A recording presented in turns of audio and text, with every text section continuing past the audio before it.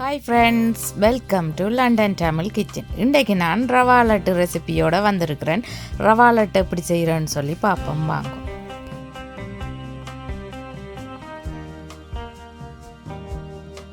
லட்டு செய்கிறதுக்கு தேவையான பொருட்கள் 250 கிராம் ரவை, 100 கிராம் சீனி. உங்களுக்கு கூட இனிப்பு விருப்பம் இல்லைன்னு சொல்லி சொன்னால் 75 கிராம் சீனி போடலாம். 1/4 டீஸ்பூன் ஏலக்காய் தூள், ஏலக்காயை வறுத்து அரைச்செடுத்து வச்சிருக்கிறேன். 30 கிராம் கஜு, நீங்கள் விரும்பினா 50 கிராம் கஜுவும் போடலாம். ஆனால் இப்படி சின்னனா வெட்டித்தான் போடணும். 30 கிராம் ரைசன், அதாவது முந்திரிய வத்தல். 30 gram desiccated coconut. Condense milk 125 gram condense milk தேவை. 2 டேபிள் ஸ்பூன் நெய். இவ்வளவு பொருட்களும் தேவை. இப்போ மீடியம் ஹீட்டுக்கும் லோ ஹீட்டுக்கும் இடையில் ஆன் பண்ணி விட்டு பாத்திரம் ஒன்றை சூடாக விட்டுருக்கிறேன். அதுக்குள்ள நெய்யை போட்டு உருக்கி எடுக்கணும். நெய் உங்களுக்கு கூட யூஸ் பண்ண விருப்பம் இல்லைன்னு சொல்லி சொன்னால் நீங்கள் 1 டேபிள் ஸ்பூன் நெய் எடுக்கலாம். குட்டி குட்டியாக வெட்டி வச்சிருக்கிற கஜுவை போட்டு பொரிக்கணும். பொன்னிறமாக வரத்தக்கதாக பொரிச்செடுக்கணும். கஜு ஓரளவு பொரிஞ்சா பிறகு அதுக்குள்ள எடுத்து வச்சிருக்கிற முந்திரிய வத்தலை போட்டு பொரிச்செடுக்கணும். முந்திரிய வத்தலை நாங்கள் நல்லா பொரிக்க தேவையில்லை. நாங்கள் கேசரிக்கு செய்யக்கில்லை, அது பலூன் மாதிரி ஊறி வரத்தக்கதாக பொரிச்செடுப்போம். இதுக்கு அப்படி பொரிச்செடுக்க தேவையில்லை. ஓகே, கஜு கோல்டன் கலராக வந்துட்டுது. நான் இதை இன்னொரு பாத்திரத்துக்குள்ள எடுத்து வைக்கிறேன்.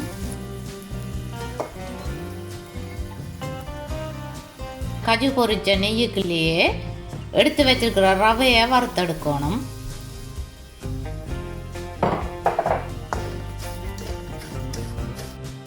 ரவையை ஒயிட் கலராக இருக்கத்தக்கதாகவே வறுத்தெடுக்கணும்.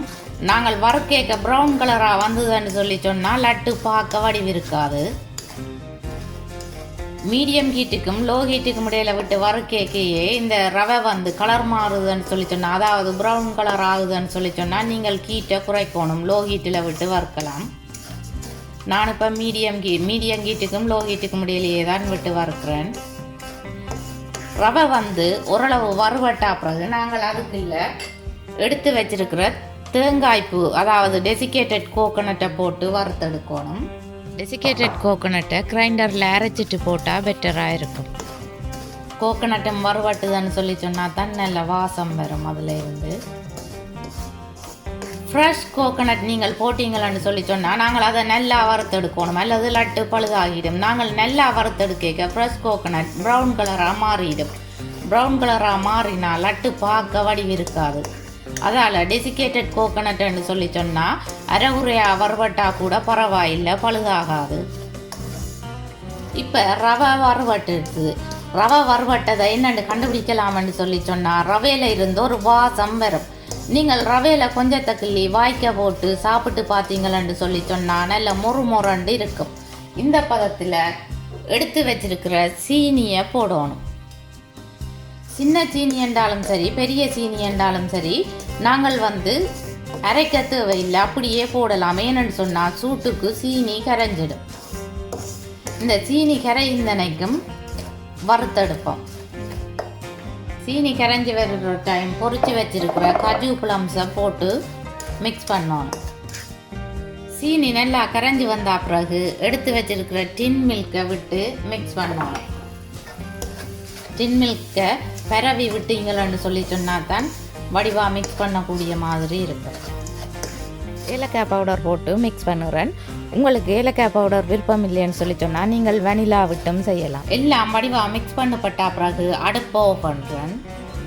லட்டை ஓரளவு சூடாக இருக்கேக்கையே நாங்கள் பிடிச்சிடணும். ஆறிச்சுதுன்னு சொல்லி சொன்னால் நாங்கள் டின் மில்க் விட்டபடியாக இறுகிடும். இந்த ஸ்பூனால் செய்கிறேன் லட்டு. கையாலையும் பிடிக்கலாம், ஸ்பூனாலையும் செய்யலாம். கரண்டியாலைன்னா நாங்கள் சுடவே செய்யலாம். நீங்கள் கையால் இந்த லட்டு பிடிக்கணுமெண்டா இந்த லட்டுமா கொஞ்சம் மாறணும். மாறினாத்தான் பிடிக்கலாம், அல்லது கையில் சுட்டுடும். ரவை வந்து சூடு ஆறிட்டுதுன்னு சொல்லி சொன்னால் லட்டு பிடிக்க கஷ்டமாக இருக்கும். லட்டு உளிர்ந்து கொண்டு கொண்டு இருக்கும். அதால் நீங்கள் கொஞ்சம் சுடு தண்ணி விட்டு கிளறிட்டு லட்டை பிடிச்செடுக்கலாம். லட்டை நல்லா இறுக்கி அமர்த்தி பிடிக்கணும். லட்டை எப்படி வந்திருக்கான்னு பார்த்தீங்களா? கையால் பிடிக்கிறத விட நாங்கள் ஸ்பூனால் செய்யல குயிக்காக செய்திடலாம், ஈஸியாக இருக்கும். எடுத்த ரவையின் அளவுக்கு எனக்கு 25 இருந்து 30 லட்டுக்குள்ளே வந்தது.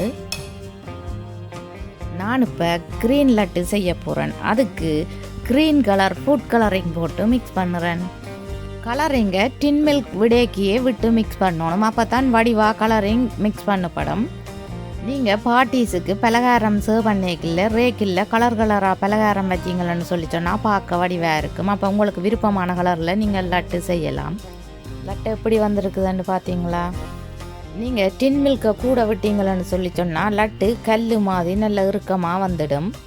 இது வந்து கடித்து சாப்பிடக்கூடிய மாதிரியான பதத்திலேயே இருக்கும். என்னுடைய வீடியோ பார்த்ததுக்கு ரொம்ப நன்றி. உங்களுக்கு இந்த ரெசிபி பிடிச்சிருந்தா நீங்களும் ட்ரை பண்ணி பார்த்து எப்படி வந்தான்னு சொல்லி எனக்கு கமெண்ட் போடுங்க. மீண்டும் இன்னும் ஒரு இன்ட்ரெஸ்டிங்கான ரெசிபியில் உங்களை சந்திக்கும் வரை உங்களிடமிருந்து விடைபெறுவது உங்கள் மதி. பாய்.